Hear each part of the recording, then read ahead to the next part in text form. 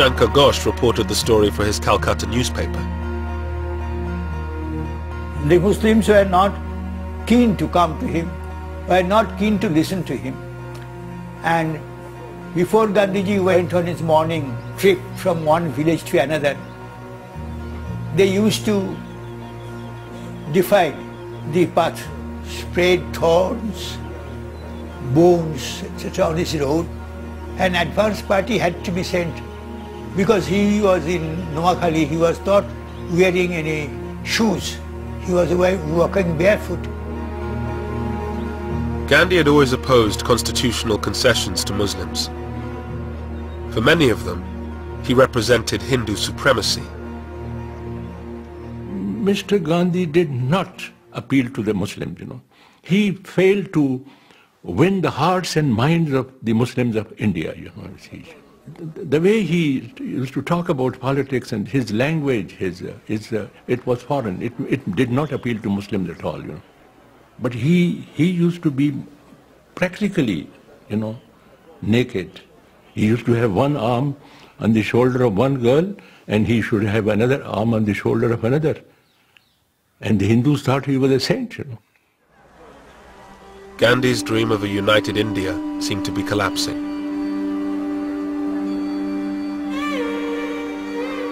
He was a sad man. I think nobody was listening to him. He was considered to be an incorrigible idealist who has no connection with reality.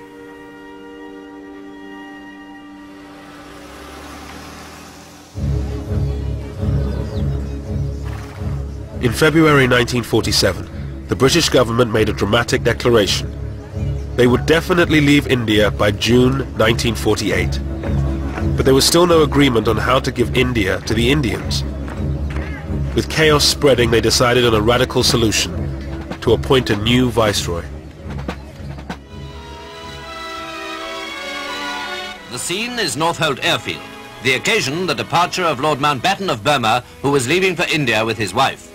Before the new viceroy, there lay the task of holding office for the brief but obviously difficult period of just over a year until the date when Indians are to take full control of India. Everyone in Britain, I'm certain, wishes the viceroy all possible success in India. I was in school, and they said, you'll miss the last term of school, and we're taking you out in the middle of this term because Daddy's been appointed Viceroy of India, and so we're going out for probably a couple of years. And, thought we'd take you as well, because you can be useful.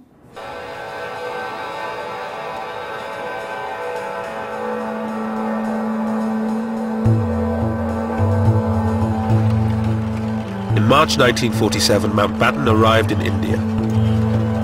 The former Supreme Allied Commander of Southeast Asia had a reputation for being a decisive leader, a man who could knock heads together. His brief was simple: to get a deal and get Britain out before India imploded. The swearing in, of course, was a very great ceremony in the Durbar Hall, and so trumpeters and all the staff in their full dress uniform, my father in full dress uniform, my mother in a long white dress, and I think a sort of laurel wreaths in her hair. And they looked like film stars.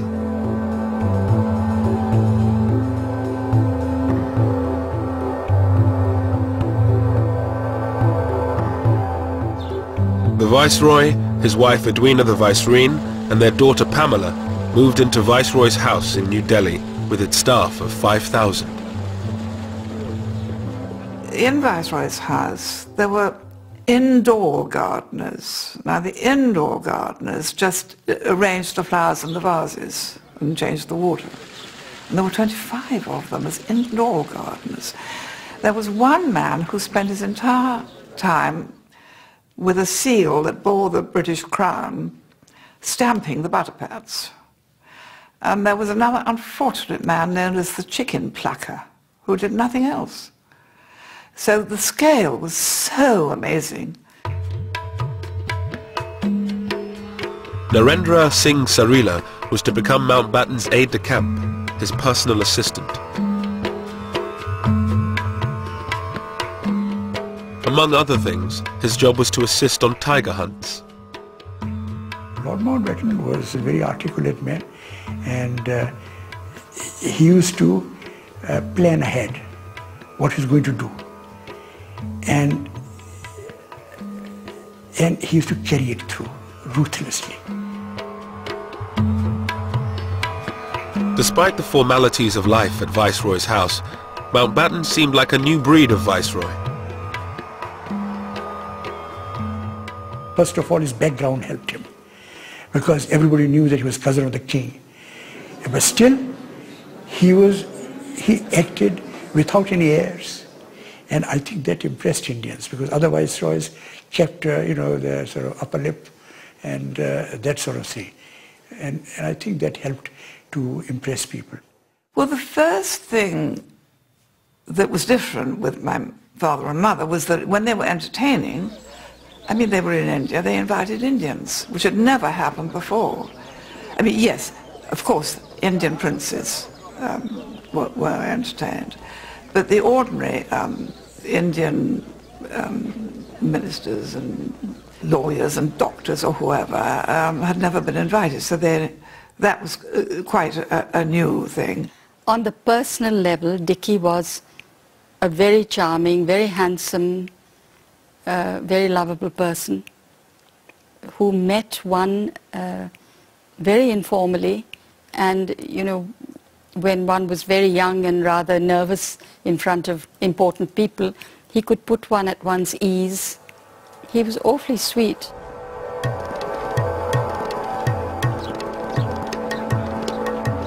Mountbatten's first task was to meet the Indian leaders, Mahatma Gandhi and Pandit Nehru for Congress, and Muhammad Ali Jinnah for the Muslim League.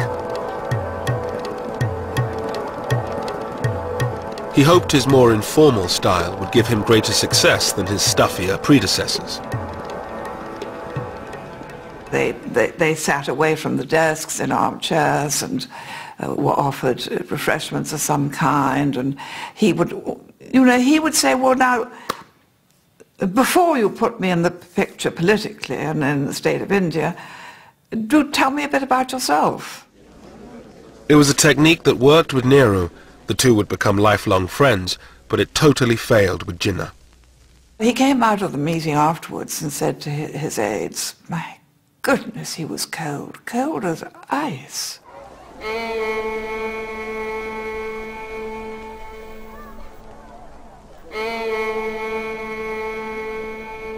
There were now constant negotiations.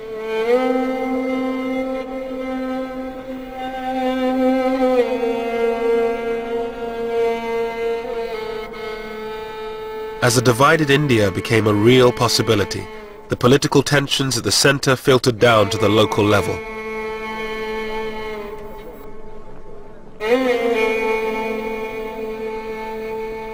The Punjab was worst affected. The province was one of the wealthiest in India. Hindus, Muslims and Sikhs all claimed it as their own.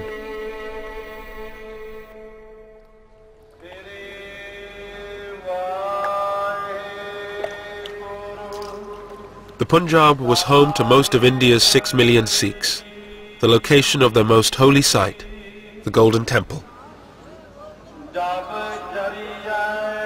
The Sikhs' great fear was that if India was divided, the Punjab, with its Muslim majority, would end up in Pakistan. For Sikhs, it was unthinkable that they would be ruled by the Muslims, historically their enemies.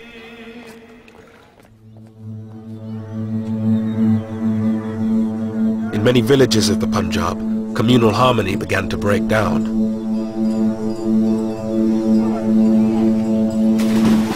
Aridaman Singh Dillon was living in a mixed Sikh-Muslim village.